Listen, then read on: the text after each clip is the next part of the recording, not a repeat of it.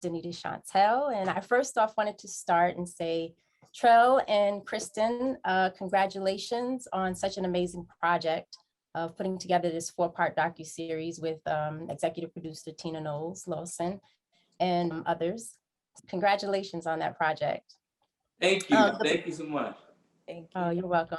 The Black Man 4-part docuseries examines the origins of stereotypes that have permeated society and impacted the lives of Black men for centuries. And you all delve into 4 parts debunking some of the myths where Black men are dangerous, they're absentee fathers, they don't support Black women, and they do not show or express emotion. You all tell a fuller story and celebrate and highlight some of the amazing accomplishments of Black men.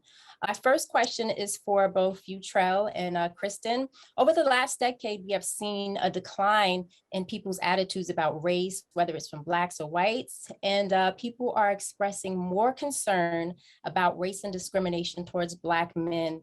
What do you think has changed? I'll let Kristen go first and then I'll jump in. Okay.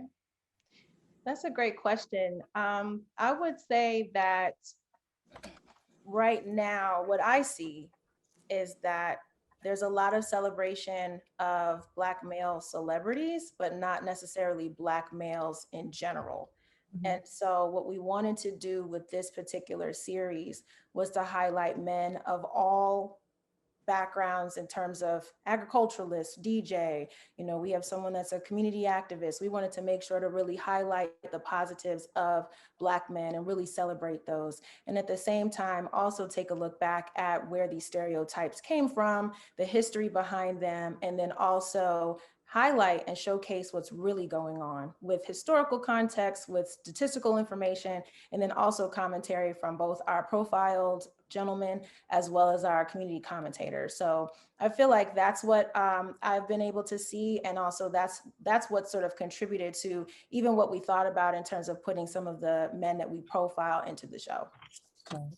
Yeah, and I'll ask that. I think some of the things that have changed is with the advent of social media, we get to see a lot more than we were able to see before. I mean, when you even just think about George Floyd and the conversations that sparked, without social media, we wouldn't have had access. And imagine how many other George Floyds there have been. Imagine if we had social media when Emmett Till was murdered, or the countless names that we can really call out. I think that's what's really one of the big things that's really changed and allowed us to have this conversation more openly, more boldly, and with more context. It's not a he said, she said. It's like you see it happened. Let's talk about it, and let's talk about how we can fix it.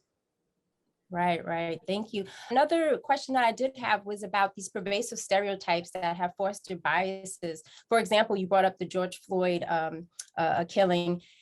The defense with some of the police officers, and many times with police officers, they always say, I feared for my life. And this gives opportunity to legitimize those fears.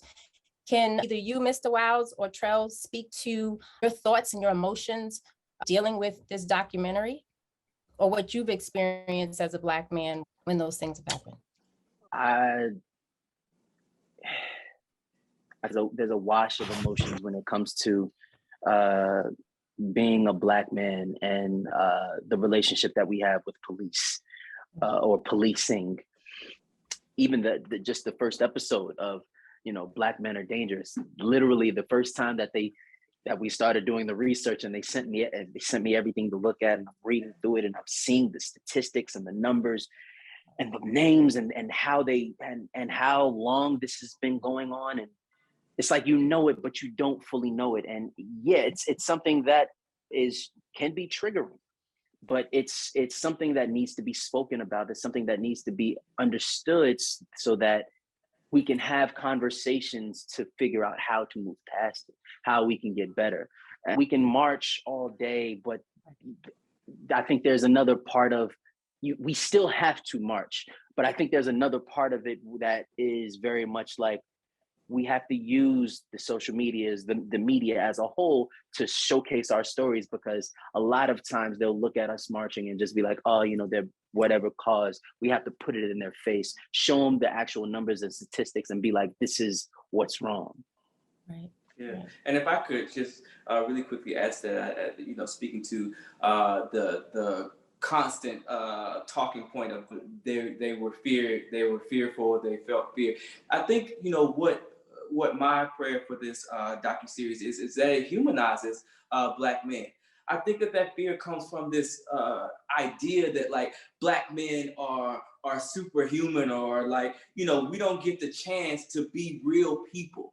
And I think that that's what I really want to be able to for the world to see and know that we're human. We bleed just like everybody else. We have fears just like everybody else, and we deserve the chance to go home to our families, to live another day. And your fear does not justify taking someone's husband, someone's father, someone's mentor, or whatever the case may be, out of their life. Yeah, these conversations are so in depth and they're so important to continue the conversation. So thank you so much. Thank you. Thank you. Thank you so much.